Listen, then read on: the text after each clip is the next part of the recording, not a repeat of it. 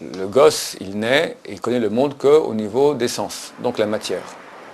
À un certain moment dans la vie, entre 12 ans et plus tard, des fois jamais, jusqu'à la mort, mais un homme qui est censé être un être humain, tout à coup se pose des questions existentielles. On a vu que c'est la question quoi, et ça, même les animaux se posent la question quoi. Qu'est-ce que c'est? Est-ce que c'est comestible ou pas?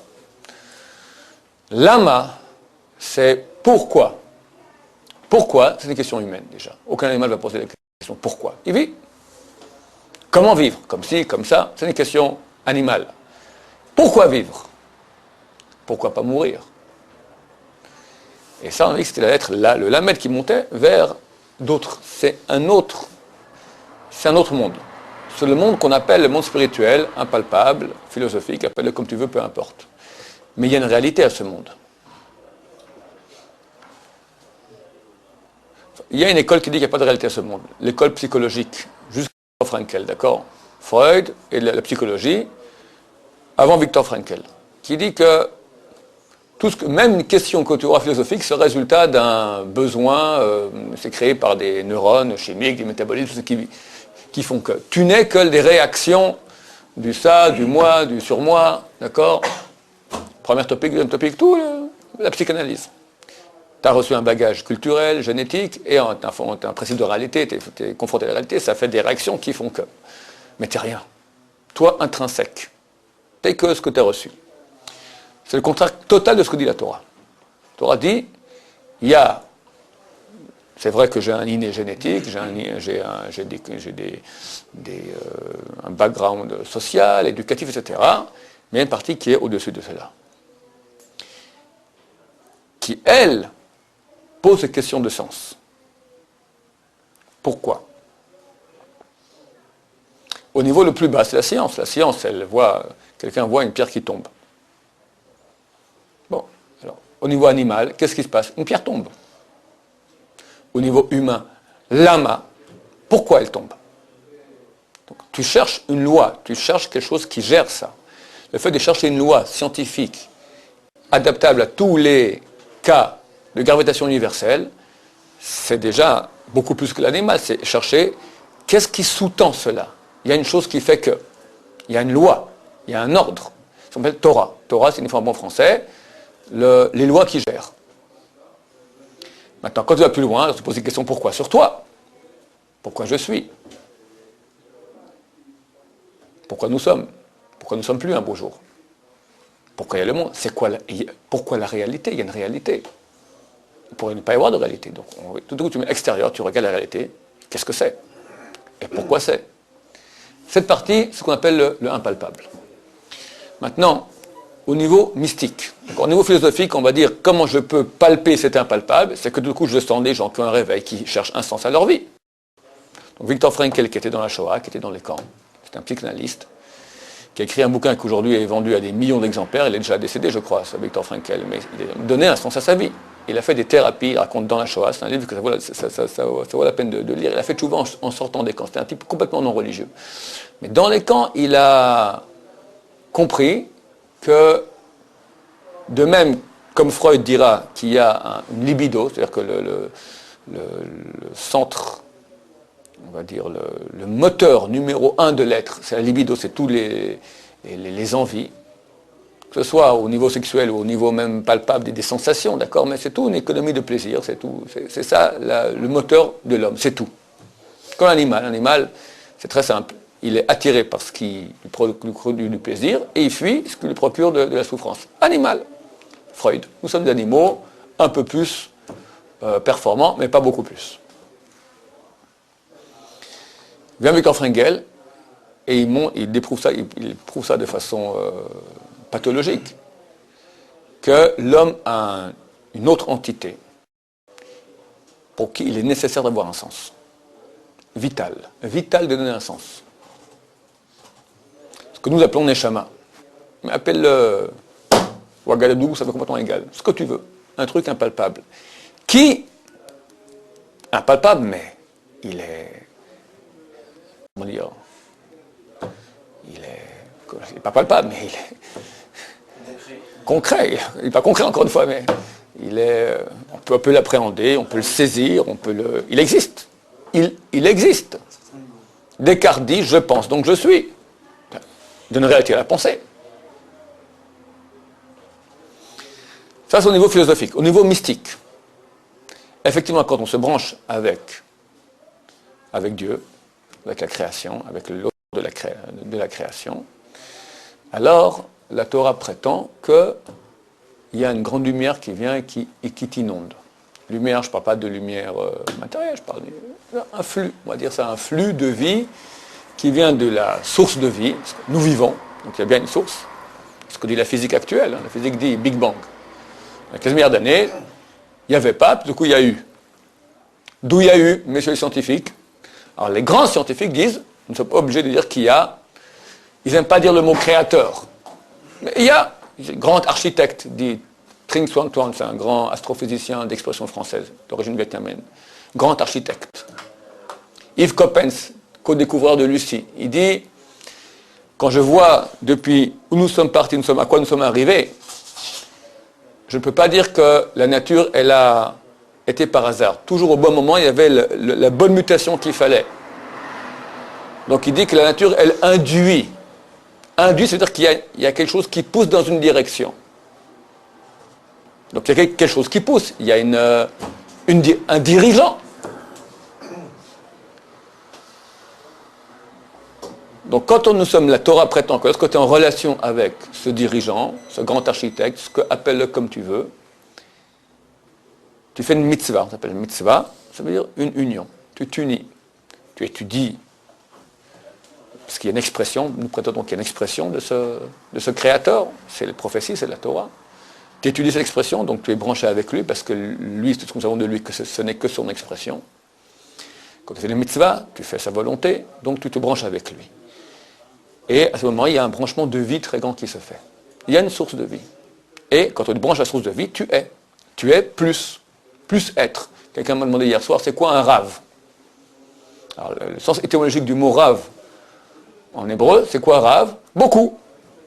C'est quelqu'un qui est beaucoup. C'est quoi être beaucoup? Tu es, je suis, nous sommes, nous étions, d'accord? C'est quoi être? Alors on dit, être c'est vivre, mais tu peux vivre petitement, animalement, bassement, et d'habitude malheureux, mesquin, et tu peux être à l'image de Dieu. Une amplitude d'infini. Programme extraordinaire, mais à cause qu'on se branche avec Dieu. Maintenant, ce branchement, qui nous amène beaucoup de vie, il est difficilement palpable. Il y a des grands monsieur, le Rav Lapian il y a quelques années, peut-être 50 ans, comment il vérifiait les tefilines, il mettait un tefilin sur la tête, il disait cachère, pas cachère, d'accord? Parce que tefilin, c'est tefila, c'est branchement. Le tefilin, c'est la branche ADSL à haut débit avec Dieu. Ça veut dire du mot tefila, prière. Quand tu mets les tefilin, tu es en branchement à haut débit. Maintenant, pour sentir les tefilin, il faut quand même un certain niveau. Le Rambam écrit il y a 900 ans, quand quelqu'un porte les tefilin, alors il est en état de Yirat Shamayim. Il a forcément la crainte de Dieu. Il a forcément la crainte de Dieu. Donc, pour palper ça, il faut être... Dès que le Rambam, quand il met les tefilin, il tremblait. Je me branche avec Dieu. Donc il avait une réalisation qu'il a en face de Dieu. Nous, que nous sommes des moins de moins et complètement coupés de nos sources, c'est très dur de sentir. Qu'est-ce qui se passait quand c'était pas fixé sur sa tête? Eh bien, il sentait rien. Il sentait qu'il n'y a rien qui passait. Tu sais, quand tu es à l'ordinateur et tu fais, puis ça ne marche pas. Tu cherches, qu'est-ce qui se passe, qu'est-ce qui va pas, d'accord? Il chantait, une chose n'allait pas. Il manque une lettre dans le programme informatique, il n'y a plus rien qui passe. Il manque une lettre dans le tefilin, ça ne passe pas. Alors, au niveau maintenant des mitzvot, nous ne sentons pas grand-chose. Le meilleur, la mitzvah, qui donne la plus grande occasion de sentir, de palper, vraiment de sentir une chose au niveau, je ne vais pas dire physique, mais presque. On va dire quelqu'un qui est amoureux. C'est physique ou c'est métaphysique? Il sent quelque chose? Ouais. Il va prendre un médecin, il va... Je ne vois rien, il est où l'amour? Écoutez, je suis amoureux. Donc il y a quelque chose qui se passe, d'accord? Appelle-le métaphysique, sentimental, ce que tu veux. Il y a un feedback chez nous, dans notre personne, de la mitzvah. La mitzvah qui permet de sentir ça le mieux s'appelle Shabbat. Comme a dit Dieu, c'est marqué dans le Talmud, que lorsque Dieu a dit à Moshe Rabbeinu, va, dis-leur à Israël, j'ai un cadeau dans mes trésors que je vais leur donner, il s'appelle Shabbat. Pour d'aucune mitzvah, c'est marqué comme ça. Pourquoi Dieu dit, j'ai un cadeau à leur donner qui est dans mes trésors? C'est-à-dire que c'est une chose qui est tellement extraordinaire. Shabbat, c'est un cadeau. Ça veut dire que quand tu reçois ça, tu peux facilement te brancher. D'accord? Shabbat, c'est le branchement. Shabbat, c'est un des dons de Dieu. Ça vient en nous. Et c'est marqué, mais en Olam Haba, c'est un goût de Olam Haba. Et c'est marqué que celui qui veut savoir un peu comment il est par rapport à Olam Haba, qui se voit, qui se palpe le jour du Shabbat. S'il sent quelque chose, ça veut dire qu'il a déjà un pied là-dedans. S'il sent rien du tout, c'est qu'il y a du travail à faire encore. Messieurs, alors on travaille. Quelqu'un se trompe de la prière Shabbat, il continue comme un chol, atachon namdat, c'est marqué de faire attention, de faire une grande chouva. Pourquoi? Parce que c'est tellement palpable Shabbat. Comment tu as pu te tromper? Comment tu as pu te tromper? C'est pareil qu'on change de visage Shabbat. J'ai raconté une fois mon chavruta. J'étais chavruta pendant 15 ans avec quelqu'un. Et on peut dire mon chavruta et mon rav. Tous les jours, je voyais peut-être 4 fois plus que ma femme. D'accord? Tu es 8 heures par jour avec lui, la femme, tu la vois 2-3 heures le soir. Donc, en moyenne, tu as plus de temps dans ta vie avec ton chavruta qu'avec ta femme. Un jour, je suis allé écouter le shiur de Rav Ben Sion, Abba Shaul. Et mon chavruta, elle allait, tous les Shabbats, elle écoutait ce shiur. Moi, je n'habitais pas trop loin, je ne pouvais pas. Mais il m'est arrivé une fois, Shabbat, d'être dans la région. Je vais à la synagogue, je m'assieds à côté de quelqu'un. Une demi-heure avant le shiur, il y a 3-4 personnes dans le... D'accord, je vois, bon, je ne fais pas attention. Et après quelques minutes, je me rends compte que c'est mon chavruta, assis à côté de moi. Et j'ai regardé, je ne l'ai pas reconnu. Le Midrash dit, un juif Shabbat, il a une autre tête.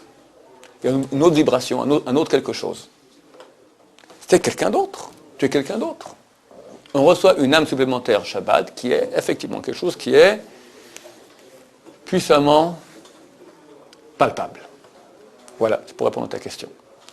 Maintenant, j'aimerais vous parler d'une autre chose. Oui. Pourquoi on reçoit l'âme supplémentaire? Il y a une raison pour ça?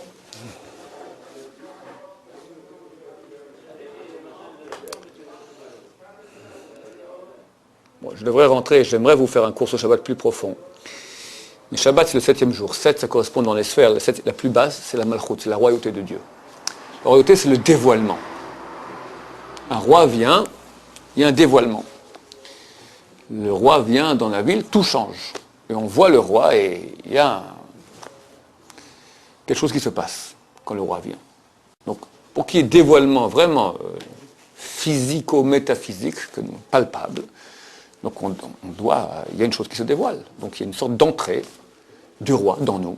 Shabbat, c'est un des noms de Dieu. Il y a un branchement de lumière qui vient.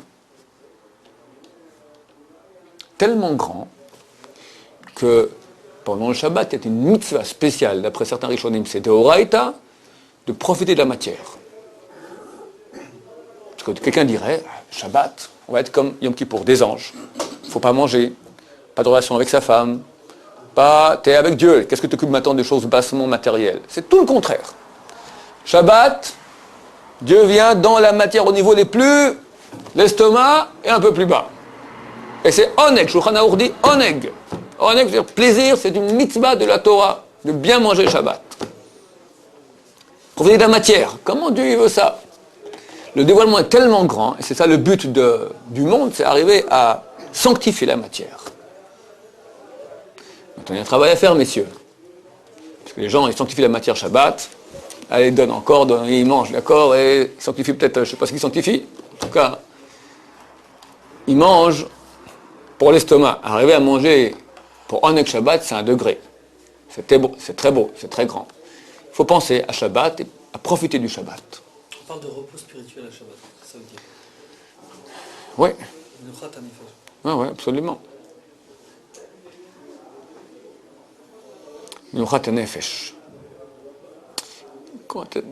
Comme le monde il a 6000 ans d'histoire, après on rentre dans le Shabbat. Le Shabbat, c'est l'achèvement de tout. Alors, on a un goût préalable de cet achèvement de tout chaque 7 jours. Pendant 6 jours, tu es en chemin, en action, en processus. Donc il y a une inquiétude, il y a un verre. Shabbat, tout s'arrête. Le monde de l'action s'arrête.